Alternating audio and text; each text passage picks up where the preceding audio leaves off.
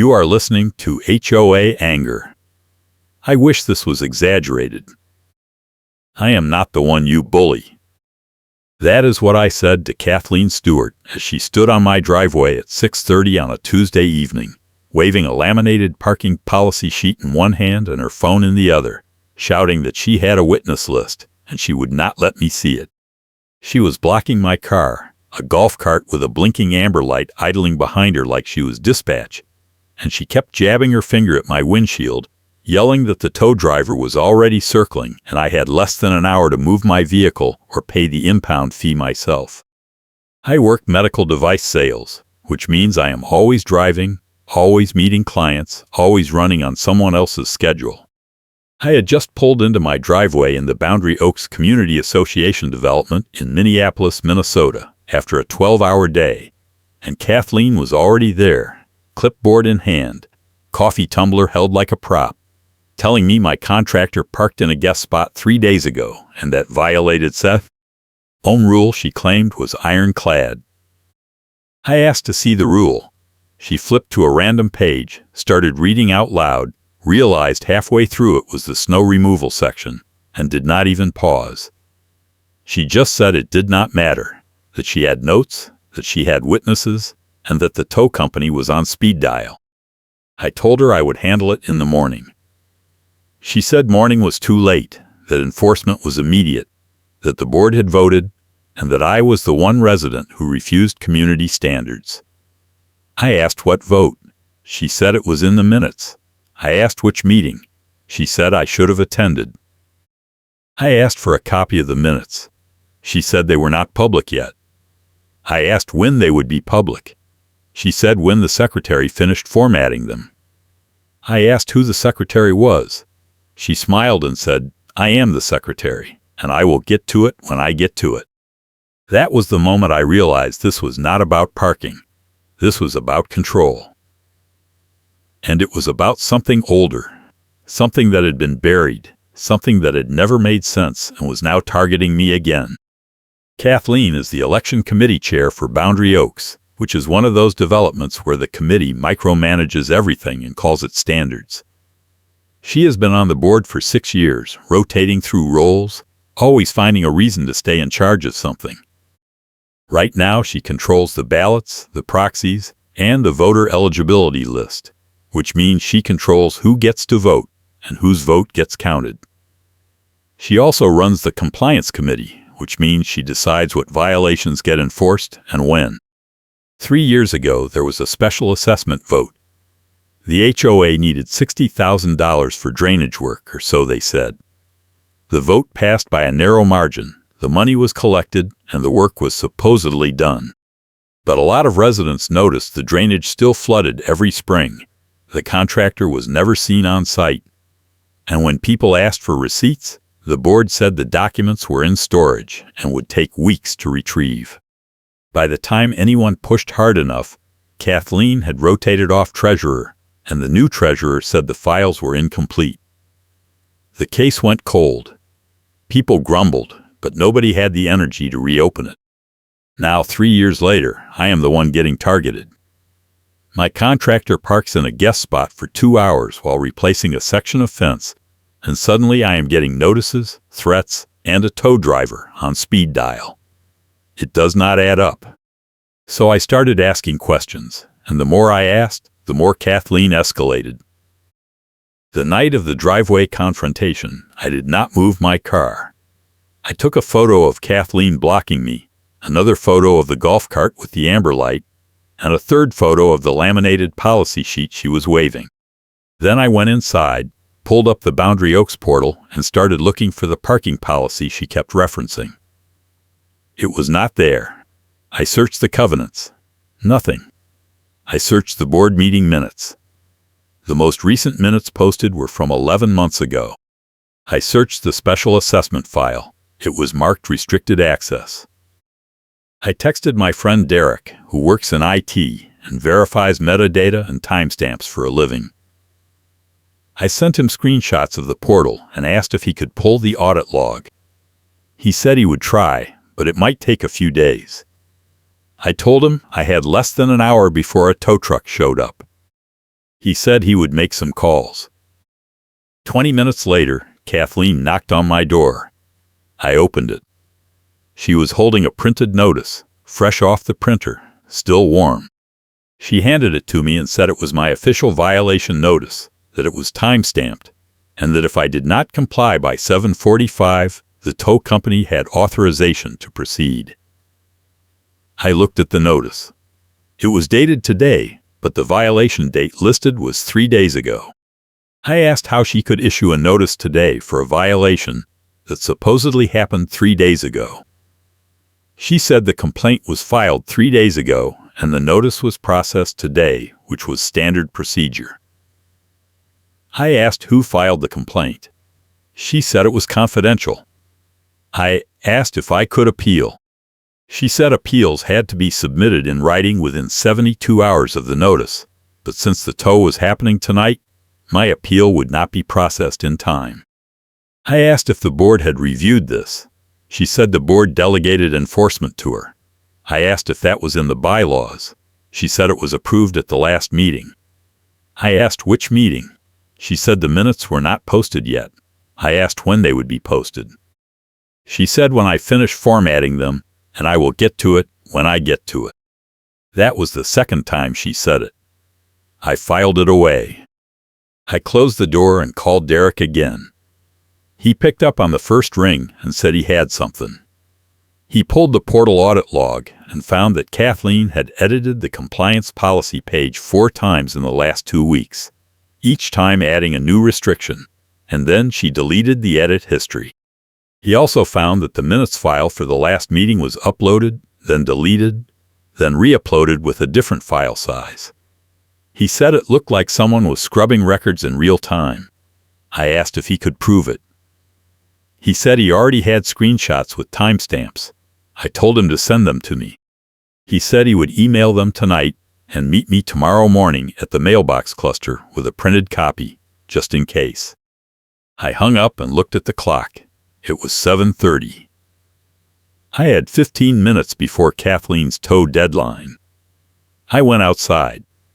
The golf cart was gone, but a flatbed tow truck was idling at the end of my street, amber lights flashing. The driver was on his phone. I walked over. He looked up. I asked if he was here for my car. He said he had a work order from Boundary Oaks Community Association, authorized by Kathleen Stewart, Election Committee Chair. I asked if he had seen my car. He said no. I asked if he had verified the violation. He said he just follows the work order. I asked if he knew the work order was based on a complaint filed 3 days ago for a contractor who was only here for 2 hours and left the same day. He shrugged and said he did not get into HOA drama, he just tows. I asked if he could wait 5 minutes. He said his dispatcher told him to proceed at 7:45. I asked who the dispatcher was. He said he did not know, that the work order came through a third-party compliance company that contracts with HOAs. I asked for the name of the company. He showed me his phone. The work order listed a company called Clearview Compliance Solutions. I took a photo of the screen. He asked what I was doing. I said I was gathering evidence. He said evidence of what? I said evidence that this tow is based on a fake violation issued by someone who is covering up a cold case. He stared at me. Then he said, "Man, I do not get paid enough for this," and he put the truck in gear and drove away. Kathleen called me 30 seconds later. She was furious. She said I had interfered with enforcement, that I had harassed the tow driver, and that she was filing a formal complaint with the board. I said the board does not meet for another month. She said she would call an emergency session. I said emergency sessions require notice. She said she would email everyone tonight. I said I would be there. She hung up. The next morning, I met Derek at the mailbox cluster. He handed me a manila envelope with printed screenshots inside. The first page showed the portal audit log with timestamps and edit markers. The second page showed the minutes file upload history with 2 different file sizes and 2 different creation dates. The third page was a screenshot of the compliance policy page before Kathleen edited it, showing that guest parking was allowed for contractors during business hours.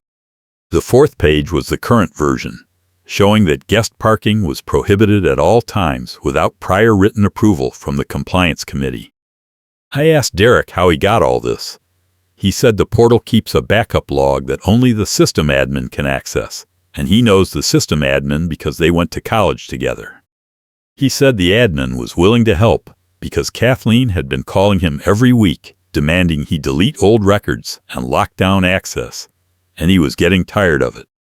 I asked if this was enough to prove she was manipulating records. Derek said it was enough to prove she was editing policies after the fact and deleting evidence.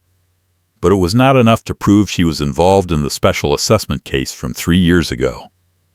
I asked what I needed for that. He said I needed to connect the records manipulation to the money. I asked how. He said I needed to find the original assessment file and compare it to the current version, or I needed to find someone who was on the board 3 years ago and could testify that the vote was rigged. I asked if he knew anyone. He said he knew one person, a woman named Angela, who used to be the board vice president and quit after the special assessment vote because she said the process was corrupt. He said she moved 2 streets over, but still lived in Boundary Oaks. I asked if she would talk to me. He said she might, if I brought proof that Kathleen was still manipulating records. I thanked him and took the envelope.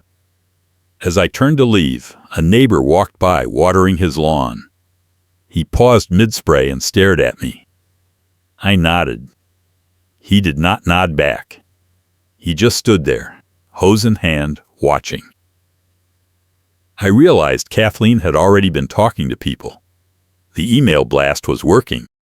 I was being framed as the one resident who refused community standards, and my neighbors were buying it. I went home and pulled up the Boundary Oaks group chat. There were 43 messages in the last 12 hours. Most of them were from Kathleen or people echoing her talking points. One message said I had threatened the tow driver. Another said I had violated parking rules multiple times. A third said I was planning to sue the HOA and bankrupt the association. None of it was true, but nobody was pushing back. I scrolled through the messages and saw a pattern. Every time someone asked a question, Kathleen would respond with a vague answer and then say she had documentation and would share it at the emergency meeting. I replied to the chat and said I was happy to attend the meeting, that I had documentation as well, and that I looked forward to a transparent discussion. Kathleen replied within 30 seconds and said the meeting agenda was set and public comment was limited to 2 minutes per resident. I said 2 minutes was not enough to present evidence. She said evidence could be submitted in writing to the board beforehand, but it had to be received by 5 p.m. today or it would not be considered. I looked at the clock. It was 10 a.m. I had 7 hours. I called Derek and told him about the 5 p.m. deadline. He said it was a trap, that Kathleen was trying to force me to submit incomplete evidence so she could dismiss it as hearsay. I asked what I should do. He said I should submit the audit log screenshots and the policy edit history, but I should hold back the trump card until the meeting. I asked what the trump card was. He said the trump card was the original special assessment file, the one that was marked restricted access on the portal. He said he could pull it, but it would take a few hours and he did not want to tip off the system admin until we were ready to use it. I asked why. He said because once we pulled the file, Kathleen would know someone was digging into the cold case and she would start covering her tracks even faster. I agreed to wait. I spent the next 3 hours drafting a written submission for the board. I included the audit log screenshots, the policy edit history, and a timeline showing that Kathleen had changed the parking rules after my contractor had already left. I also included a statement from the tow driver, which I did not actually have, but I wrote it as if I did, summarizing what he told me about the work order coming from Clearview Compliance Solutions. I figured if Kathleen challenged it, I could always say I was paraphrasing his verbal statement. At 4:30 p.m., I submitted the evidence packet via email to the board distribution list. Kathleen replied at 4:55 and said my submission was incomplete because it did not include signed affidavits from witnesses. I replied and said the audit log screenshots were direct evidence from the HOA's own system and did not require witness testimony. She replied and said the system logs were not admissible because they were not verified by the system admin. I replied and said I could ask the system admin to verify them. She replied and said the system admin was unavailable. I replied and said I had his phone number and could call him right now. She did not reply. At 6 p.m., the emergency meeting started. It was held in the clubhouse, which is a small building at the front of the development, with a meeting room, a kitchen, and a front porch with steps. About 20 residents showed up, most of them sitting in folding chairs facing a table where Kathleen and 2 other board members sat. Kathleen had a gavel in front of her, even though she was not the board president. She was sitting in the middle, and the other 2 board members looked uncomfortable. Kathleen opened the meeting and said the agenda had one item, a discussion of parking enforcement and a formal complaint against me for interfering with a tow driver. She said the complaint was filed by her as Compliance Committee Chair and that the board would hear testimony and vote on whether to issue a fine. I raised my hand and asked if I could present my evidence. She said public comment was limited to 2 minutes and would come after the board discussion. I asked if the board had reviewed my written submission. She said the board had reviewed it and found it insufficient. I asked what was insufficient about it. She said it lacked context. I asked what context was missing. She said I would find out during the board discussion. Kathleen then launched into a 10-minute monologue about parking enforcement, community standards, and the importance of compliance. She said the HOA had received multiple complaints about my contractor parking in guest spots, that the complaints were documented, and that the violation was clear. She said I had refused to comply, that I had harassed the tow driver, and that I was now trying to discredit the enforcement process by submitting fake evidence. She held up a printed copy of my submission and said the audit log screenshots were fabricated, that the policy edit history was taken out of context, and that the timeline I provided was misleading. I stood up and said that was not true. Kathleen banged the gavel and said I was out of order. I said I had the right to respond. She said I would get my 2 minutes after the board discussion. I said the board discussion was based on false information. She banged the gavel again and said if I interrupted one more time, I would be removed from the meeting. One of the other board members, a man named Ron, leaned over and said, "Kathleen, maybe we should let him speak." Kathleen turned to Ron and said the agenda was clear and she was following procedure. Ron said the procedure allows for responses during the discussion.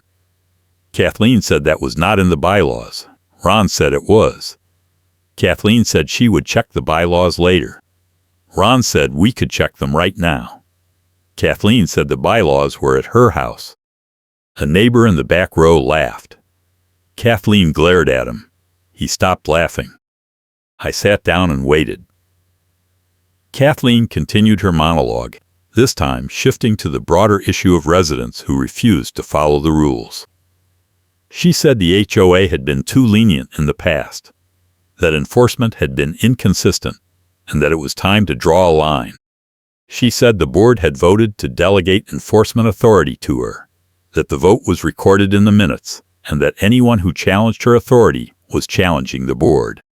She looked directly at me and said, "Some people think they are above the rules, but in Boundary Oaks, we hold everyone accountable."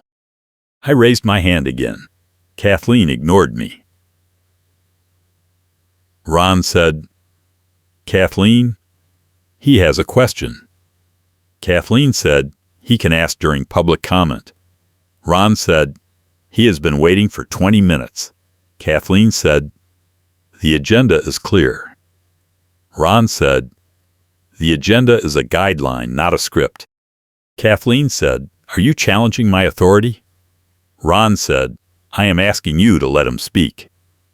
Kathleen said, if you want to overrule me, call for a vote. Ron looked at the other board member, a woman named Susan. Susan looked down at her hands. Ron sighed and said, fine, we will let him speak during public comment.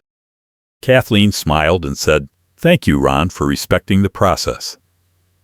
Then she turned to me and said, you have 2 minutes, starting now. I stood up and said I wanted to submit additional evidence. Kathleen said I had already submitted my evidence and the deadline had passed. I said the evidence I submitted earlier was incomplete because I was waiting for verification, and I now had verification. Kathleen said verification from whom? I said verification from the system admin who manages the Boundary Oaks portal. Kathleen said the system admin was unavailable. I said he was available, and he was standing outside right now with a printed copy of the original special assessment file from 3 years ago. The room went silent. Kathleen stared at me. Ron said, what file? I said the file that shows the special assessment vote was rigged, that proxy forms were backdated, and that Kathleen manipulated the ballot count to pass the vote. Kathleen slammed her hand on the table and said that was a lie, that I had no proof, and that I was slandering her. I said I had proof, and I was happy to present it. Kathleen said my 2 minutes were up. Ron said, let him present it. Kathleen said, this is not a trial, this is an HOA meeting, and we are not going to sit here and litigate a 3-year-old case. Ron said, if there is evidence of fraud, we need to see it. Kathleen said, there is no fraud, and if he has evidence, he should submit it to the board in writing. I said I already submitted evidence in writing and you dismissed it. Kathleen said, because it was insufficient. I said, this is not insufficient, and I am presenting it now. I walked to the door and opened it. Derek was standing outside with a file cart. He rolled it in. The cart had a plastic bin on top, and the bin was full of paper. Derek set the bin on the table in front of Kathleen. She stared at it. I said, this is the original special assessment file, pulled from the restricted access folder on the Boundary Oaks portal. It includes the proxy forms, the ballot count sheets, the meeting minutes, and the contractor invoices. I said, you claim the drainage work cost $60,000 and that the vote passed by a narrow margin. But according to these documents, the contractor was never paid $60,000. The contractor was paid $32,000, and the remaining $28,000 was transferred to a discretionary fund that you controlled as treasurer. Kathleen stood up and said, that is not true, you are lying, and these documents are fake. I said, these documents have metadata timestamps that show they were created 3 years ago, before you became election committee chair, and before you started editing the portal. I said, the proxy forms in this file are dated 2 weeks before the vote, but the proxy forms you submitted to the board after the vote are dated the day of the vote. That means you backdated them. You forged the signatures, you manipulated the count, and you stole $28,000 from the HOA. Kathleen screamed. She said, I do not need proof. I have paperwork and vibes, and I know what happened, and you are a liar.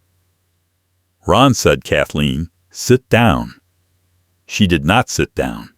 She grabbed the bin and tried to pull it off the table. Derek stepped in front of her and said, those are official HOA records, and if you destroy them, that is a crime. Kathleen said, you do not work for the HOA. You do not have access to those files, and you are trespassing. Derek said, I have access because the system admin gave me access, and he is outside right now with a signed affidavit confirming that these files are authentic. Kathleen said, the system admin does not have the authority to release restricted files. Derek said, he does when the files are evidence of fraud. Susan, the other board member, finally spoke. She said, Kathleen, is this true? Kathleen said, no, it is not true. They are making it up, and I am calling the police. Susan said, If you are calling the police, then we need to see the evidence first. Kathleen said, I am not showing you anything until I talk to my lawyer. Susan said, if you need a lawyer, that tells me everything I need to know.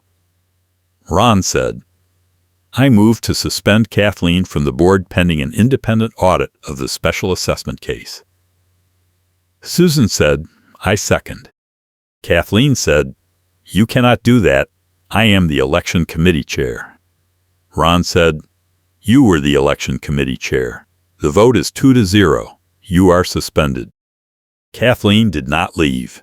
She stood there, shaking, and then she said, keep talking, I love adding notes. I said, you already said that, and it does not scare me anymore. She said, you think you won, but you did not win. Because I have a witness list, and you do not know who is on it. I said, I do not need a witness list. Because I have the original documents, and you do not. She said, those documents are not admissible. I said, they are admissible in a fraud investigation, and I already forwarded copies to the HOA attorney this afternoon. That was when I gave her a small thank you, because she just handed me leverage. Her face went pale. She said, you did what? I said, I forwarded the evidence to the HOA attorney, along with a formal complaint requesting an independent audit of the special assessment case and a review of all enforcement actions you have taken in the last 3 years. I said, the attorney confirmed receipt and said the HOA insurance carrier would be notified because fraud allegations trigger a coverage review. I said, so if you are worried about anything, you should probably talk to your lawyer sooner rather than later. Kathleen grabbed her coffee tumbler and walked out. The room was silent for about 10 seconds. Then a neighbor in the back row said, so does that mean we are getting a refund on the special assessment? Ron said, we will have to wait for the audit, but if the contractor was only paid $32,000, then yes, there should be a refund. Another neighbor said, what about the drainage work? Ron said, as far as I can tell, the drainage work was never done, or it was done poorly, and we paid for something we did not get. Susan said, we need to get the contractor on the phone and ask what happened. Ron said, the contractor is probably long gone, but we can try. I stayed for the rest of the meeting. Ron and Susan spent an hour going through the bin of documents, verifying timestamps, comparing signatures, and taking notes. The system admin came in and confirmed that the files were authentic, that they had been locked in the restricted access folder since the original vote, and that Kathleen had never accessed them because she did not have the password. He also confirmed that Kathleen had been editing the portal regularly, deleting audit logs and changing policy language without board approval. He said he had been keeping his own backup logs because he suspected something was wrong, and he was glad someone finally asked for them. At the end of the meeting, Ron said the board would schedule a special session to review the audit findings and vote on next steps. He said the special session would be open to all residents and that notice would be sent within 48 hours. He also said that all enforcement actions initiated by Kathleen in the last 90 days would be suspended pending review, which meant my parking violation was void and the tow threat was canceled. I went home and slept better than I had in weeks. The next day, Kathleen tried to fight back.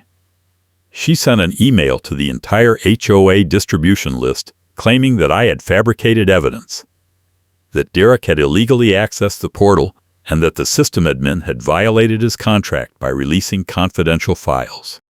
She also claimed that Ron and Susan had violated board procedures by suspending her without a formal hearing, and she threatened to sue the HOA for wrongful termination. She ended the email by saying she would not let this go, that she had a lawyer on retainer, and that she would pursue all legal remedies available to her. I replied to the email and said I welcomed a legal review, because it would give the HOA attorney an opportunity to examine all of Kathleen's enforcement actions, all of her policy edits, and all of her financial transactions during her time as treasurer. I said I was confident that a full audit would reveal a pattern of misconduct, and I looked forward to transparency. I also said that if Kathleen believed Derek or the system admin had acted improperly, she was welcome to file a complaint, but she should be prepared to explain why she had been editing the portal and deleting audit logs in the first place. Kathleen did not reply. 2 days later, the HOA attorney sent a letter to all board members and Kathleen. The letter said that based on the preliminary evidence, the HOA insurance carrier had opened a fraud investigation and that all parties involved should retain legal counsel. The letter also said that Kathleen's suspension from the board would remain in effect pending the outcome of the investigation, and that any attempt to interfere with the investigation would be considered obstruction.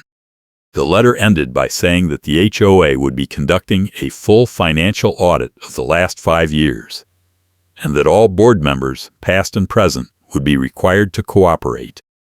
Kathleen hired a lawyer. The lawyer sent a letter to the HOA attorney claiming that Kathleen had been unfairly targeted, that the evidence against her was circumstantial, and that the board had violated her due process rights by suspending her without a hearing.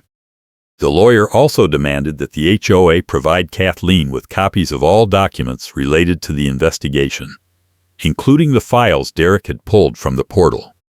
The HOA attorney replied and said that Kathleen would receive copies of all documents once the investigation was complete, but that releasing documents prematurely would compromise the integrity of the audit. The HOA attorney also said that Kathleen had waived her due process rights when she refused to cooperate with the board during the emergency meeting, and that her suspension was lawful under the HOA bylaws. Kathleen's lawyer threatened to sue. The HOA attorney said go ahead. 3 weeks later, the audit was complete. The auditor found that Kathleen had manipulated the special assessment vote by backdating proxy forms, forging signatures, and submitting fake ballots. The auditor also found that Kathleen had transferred $28,000 from the special assessment fund to a discretionary fund, which she then used to pay for personal expenses, including landscaping at her own property, new furniture for the clubhouse that was later moved to her house, and consulting fees to a company that did not exist. The auditor also found that Kathleen had been issuing fake violations to residents who questioned her authority, and that she had been using the tow company as a tool to intimidate people into compliance. The auditor recommended that the HOA file a criminal complaint with the Minneapolis Police Department, that Kathleen be removed from the board permanently, and that the HOA seek restitution for the stolen funds. The auditor also recommended that the HOA implement new financial controls, including quarterly audits, dual signature requirements for all expenditures over $500, and a prohibition on board members serving in multiple roles simultaneously. The board voted to accept the auditor's recommendations. Kathleen was removed from the board. The HOA filed a criminal complaint. The police opened an investigation. Kathleen's lawyer tried to negotiate a settlement, but the HOA attorney said the HOA was not interested in a settlement unless Kathleen returned the full amount of the stolen funds, issued a public apology, and agreed to never serve on an HOA board again. Kathleen refused. The case went to court. The court hearing was scheduled for a Thursday morning. I took the day off work and drove to the courthouse with Derek. The courtroom was small, with about 30 seats in the gallery. Ron and Susan were there, along with the HOA attorney, the auditor, and a handful of neighbors who wanted to see what would happen. Kathleen was there with her lawyer, sitting at a table on the opposite side of the room. She did not look at me. The judge called the case and asked the HOA attorney to present the evidence. The HOA attorney stood up and walked through the audit findings, the proxy forms, the backdated signatures, the financial transfers, and the fake violations. The attorney also presented the metadata timestamps from the portal, the backup logs from the system admin, and the sworn statements from Derek and me. The attorney ended by saying that the evidence was overwhelming, that Kathleen had committed fraud, and that the HOA was seeking restitution and a permanent injunction preventing Kathleen from serving on any HOA board in the state of Minnesota. Kathleen's lawyer stood up and said the evidence was circumstantial, that there was no direct proof that Kathleen had forged signatures or backdated forms, and that the financial transfers were authorized by the board at the time. The lawyer also said that Kathleen had been unfairly targeted by a small group of residents who wanted to discredit her, and that the HOA attorney was relying on questionable testimony from witnesses who had a personal vendetta against Kathleen. The judge asked Kathleen's lawyer if he had any evidence to support his claims. The lawyer said he did not have evidence at this time, but he would be conducting his own investigation and would present evidence at a later date. The judge said that was not how it worked, and that if the lawyer did not have evidence now, he should not waste the court's time. The lawyer said he was requesting a continuance. The judge denied the request. The judge then asked Kathleen if she wanted to testify. Kathleen said yes. She took the stand and said she had never forged any signatures, that she had never backdated any forms, and that the financial transfers were approved by the board. The judge asked if she had any documentation to support her claims. Kathleen said the documentation was in the HOA files. The judge asked which files. Kathleen said the files that were locked in the restricted access folder. The judge asked why the files were locked. Kathleen said they were locked for privacy reasons. The judge asked who locked them. Kathleen said the system admin. The judge asked if the system admin had testified. Kathleen said yes. The judge asked if the system admin had confirmed that Kathleen had never accessed the files. Kathleen said yes. The judge asked if that meant Kathleen had no way of knowing what was in the files when she authorized the financial transfers. Kathleen said she had been told what was in the files. The judge asked by whom. Kathleen said by the contractor. The judge asked if the contractor was present. Kathleen said no. The judge asked if the contractor had provided any written documentation. Kathleen said no. The judge asked if Kathleen had any other evidence. Kathleen said no.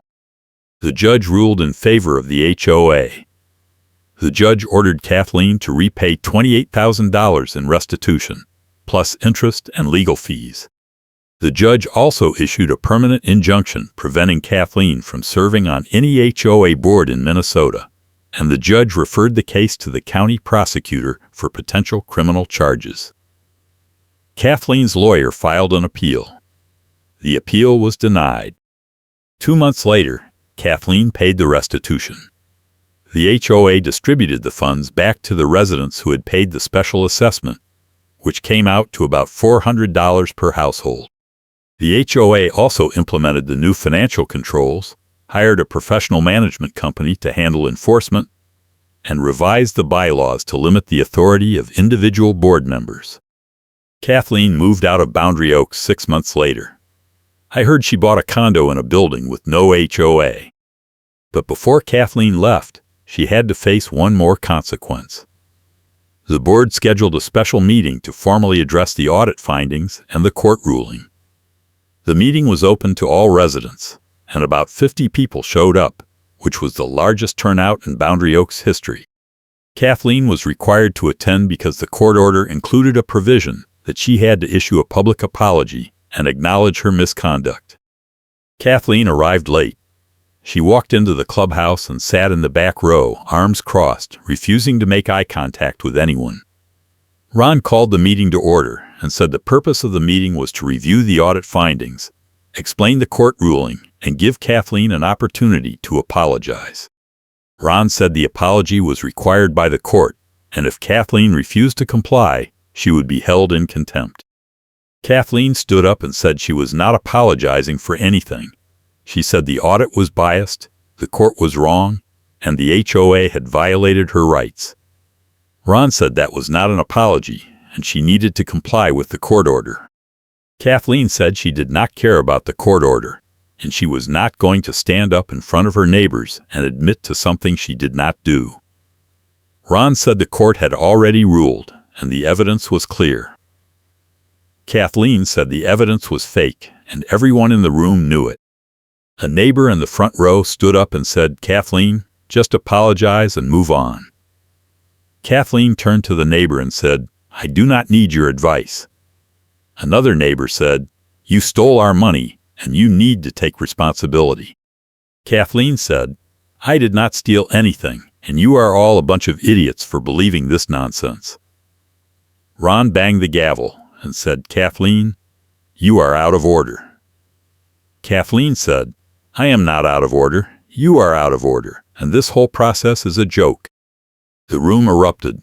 Neighbors started shouting at Kathleen, demanding that she apologize, calling her a thief and asking how she could live with herself. Kathleen shouted back, saying they were all hypocrites, that they had never cared about the HOA until it became convenient, and that they were only angry because they wanted someone to blame. Ron banged the gavel again and said, "Everyone calm down." Nobody calmed down. I stood up and walked to the front of the room. I said, "Kathleen, I want to remind you of something you said to me during the emergency meeting. You said, 'I do not need proof, I have paperwork and vibes.' You said that when you were trying to intimidate me into paying a fake fine. But here is the thing. You were wrong. You did need proof. And when I brought proof, you could not handle it. You lied, you manipulated records, you stole money, and you tried to destroy anyone who questioned you.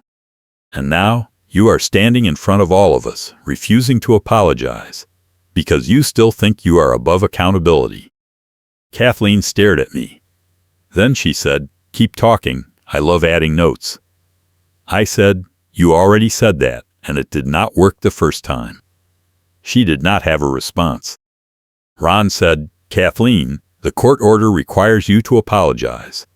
If you refuse, I will notify the judge, and you will face additional penalties." Kathleen said, "Fine, I will apologize." She turned to the room and said, in a flat, emotionless voice, "I apologize for any inconvenience this situation may have caused." Ron said, "That is not an apology." Kathleen said, "That is all you are getting." Ron said, "The court order requires you to acknowledge your misconduct." Kathleen said, "I acknowledge that the court ruled against me." Ron said, "The court order requires you to acknowledge that you forged signatures and stole money." Kathleen said, "I am not saying that." Ron said, "Then you are in contempt." Kathleen said, "Fine, hold me in contempt, I do not care." Ron adjourned the meeting and sent a letter to the judge. The judge held a hearing the following week and found Kathleen in contempt. The judge added an additional $5,000 in penalties and extended the injunction to include a prohibition on Kathleen serving as an officer or committee chair in any community association, not just HOAs. Kathleen finally apologized. She sent a written apology to the board, which Ron read aloud at the next meeting. The apology said, "I acknowledge that I made mistakes in my role as treasurer and election committee chair, and I apologize for the harm I caused to the Boundary Oaks Community Association and its residents. I take full responsibility for my actions, and I commit to making restitution as ordered by the court." The apology was read into the record, and the case was closed. But the story does not end there. A few weeks after the apology, Derek called me and said he had one more thing to show me. He came over to my house with his laptop and pulled up the Boundary Oaks portal. He said he had been monitoring the portal activity since the audit, and he noticed something strange. He said that in the week before Kathleen paid the restitution, someone had accessed the restricted folder again and tried to delete the backup files. The system admin caught it and locked the account, but not before the person managed to delete a few files. Derek said he was able to recover the deleted files from the backup server, and he found something interesting. He opened one of the recovered files. It was a spreadsheet labeled Discretionary Fund Transactions. The spreadsheet listed every expenditure Kathleen had made from the discretionary fund over the last 3 years, including dates, amounts, vendors, and descriptions. Most of the entries were innocuous, things like office supplies, clubhouse repairs, and landscaping. But near the bottom of the spreadsheet, there was a series of entries that stood out. The entries were dated 2 months before the special assessment vote, and they listed payments to a consulting company called Clearview Compliance Solutions. I said, "That is the same company that issued the tow work order." Derek said, "Exactly." He pulled up another file, this one a contract between Boundary Oaks and Clearview Compliance Solutions. The contract was signed by Kathleen in her role as treasurer, and it authorized the company to provide enforcement services for the HOA, including issuing violation notices, coordinating tows, and managing compliance records. The contract was dated 3 months before the special assessment vote, and it included a clause that said the company would receive a percentage of all fines and fees collected. I said, so Kathleen set up the enforcement company, funneled HOA money into it, and then used it to intimidate residents and generate revenue.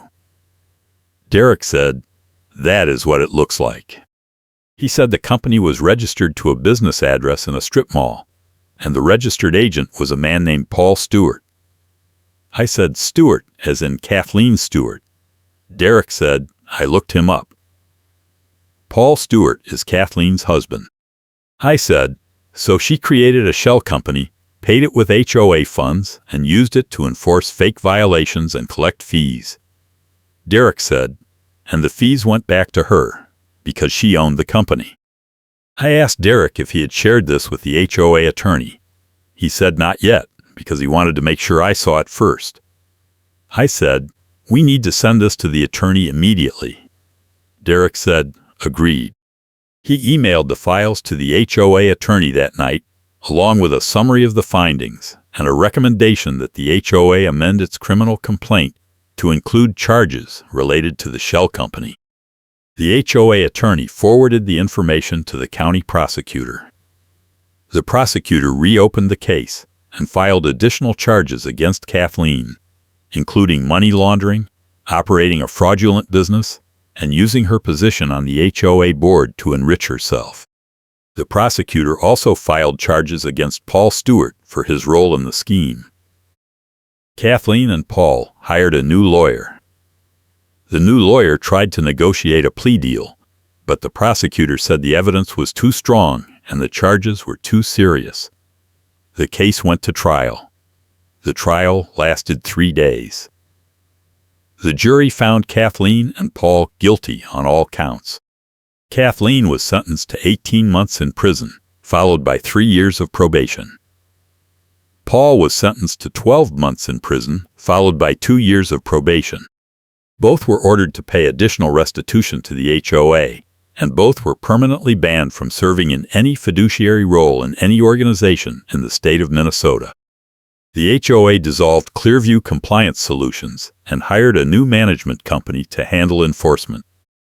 The new management company implemented a transparent process that required all violations to be reviewed by the board before enforcement action was taken, and all fines and fees had to be approved by a majority vote.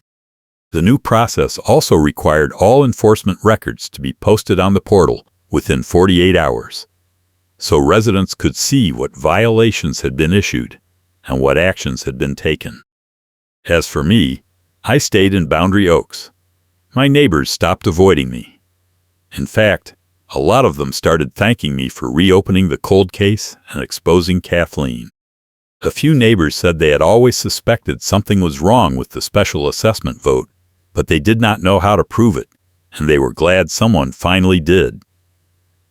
One neighbor said I should run for the board, but I declined. I told him I had spent enough time dealing with HOA drama, and I was happy to just live my life and let the new management company handle the rules. Derek and I stayed in touch.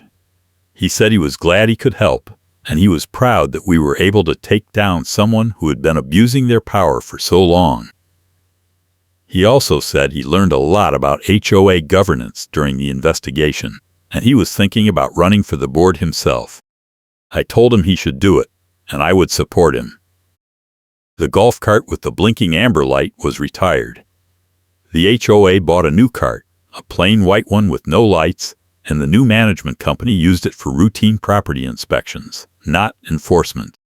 The tow company that Kathleen had been using lost its contract with Boundary Oaks, and the HOA switched to a different company that required written authorization from the board before any tow could proceed. The neighborhood settled down. The drama faded. People went back to their routines. But every time I walked past the clubhouse, I remembered the night I stood up to Kathleen, the night I presented the evidence, and the night the room went silent when I said the words proxy forms were backdated. I remembered the look on her face when she realized she had been caught, and I remembered the moment she walked out of the meeting, coffee tumbler in hand, knowing her reign was over. I also remembered the moment during the court hearing when the judge asked her if she had any other evidence, and she said no. That was the moment I knew we had won. That was the moment I knew the cold case was solved, and the truth was finally on the record. And I remembered the procedural complaint that forced the HOA to redo the vote properly, the one that triggered the audit and set everything in motion. That complaint was the key. Without it, the audit never would have happened. Without the audit, the fraud never would have been exposed. And without the exposure, Kathleen would still be in power, still manipulating records, still intimidating residents, and still stealing money. But we did file the complaint. We did trigger the audit. We did expose the fraud.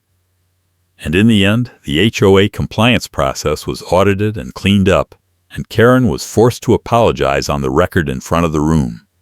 Not just once, but twice. And the second time, it was not a sarcastic non-apology. It was a real acknowledgement, in writing, read aloud, and entered into the permanent record. That is the thing about cold cases. They stay cold until someone is willing to dig.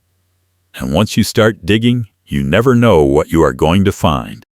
In this case, I found $28,000 in stolen funds, a shell company, a fake enforcement scheme, backdated proxy forms, forged signatures, and a long trail of manipulation and abuse.